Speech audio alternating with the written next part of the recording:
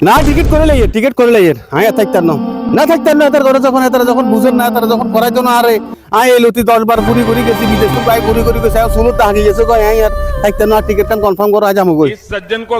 না জামুগো আজ আমগো হ্যাঁ না না আর ফোন দিও না আর ভাত ধরে আর ফোন দিও না থাকতাম না জামগো খালাস আইবা দোস্ত আজম না রে আজম না আজম ভাই ও দোস্ত কি রে এসা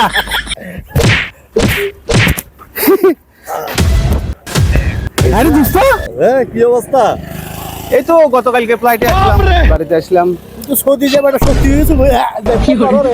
না আসলে দোস্ত এখানে খেজুরের ভিতরে যথেষ্ট পরিমাণ এনার্জি এনার্জি হ্যাঁ যাক গতকালকে রাত্রে আসলাম আর কি আচ্ছা আচ্ছা আসি একটু ছিল রে সিলেট যে দোস্ত তুই তো জানোস ঠিক আছে না এখন মনে কর আগে কয়েকবার শপথ দিয়ে গেছি ঠিক আছে না বিয়ে সাথীর কাম নাই নাম নাই যতবার স্বর্ণ আনি ইয়েরে দিয়ে এলাম নয় ইয়েরে দিলাম এইবারও আইতে আইগো যে এইবার কি আর মিশ হইব না তুই আসা নাই আছে কি অবস্থা হইছে এইবার আই স্বর্ণ হাজুরি আনছি আর আরাম কিচ্ছে কইতে পারবি নি স্বর্ণ হাজুরি আর বইনা গলর একবার দিয়ে রেছি ঠিক আই বিয়ে করব আই কইতে শর্মাই এর বিদে তাই যেটা স্বর্ণ বিয়ের লাইন জি তো আই কি তুই তো জানো তুই কতবারে বলি নাই কারণ কথা কই তোর আম্মার লগে তোর বিয়ে কা করাতে আই কইলাম মাতে শরম লাগে বাদ দে আরেকবার আইলে করমু অন করতে তার অবস্থা খারাপ এখন লাস্টে এবার আনি এর দিছি ধরো এখন কিরবে করো কই আই কইছি কিরবে করো কই মানে তো বুঝবের কথা হ্যাঁ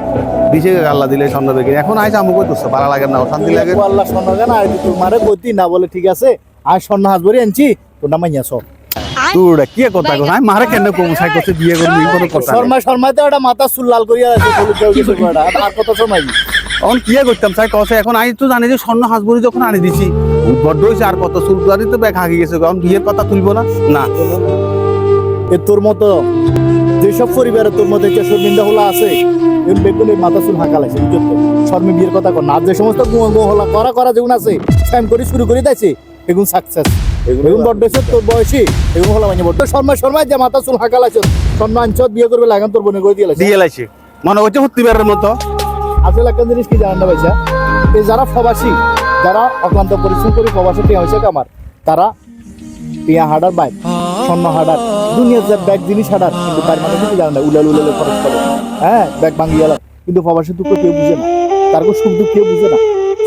পুরো বাংলাদেশে যারা প্রবাসীর বাইক দিয়ে প্রবাসে কষ্ট করে টিয়া হয়েছে কামার বাইক মা ক বোন ক ভাই ক যেগুলো আছে বেগুন খালি আগ করি থাকে এখন হতে হাতে হারাইবো মানে ডুবাই এলা এই হলো পরিস্থিতি এঙ্গা তুই যে চুল হাঁকা লাইলি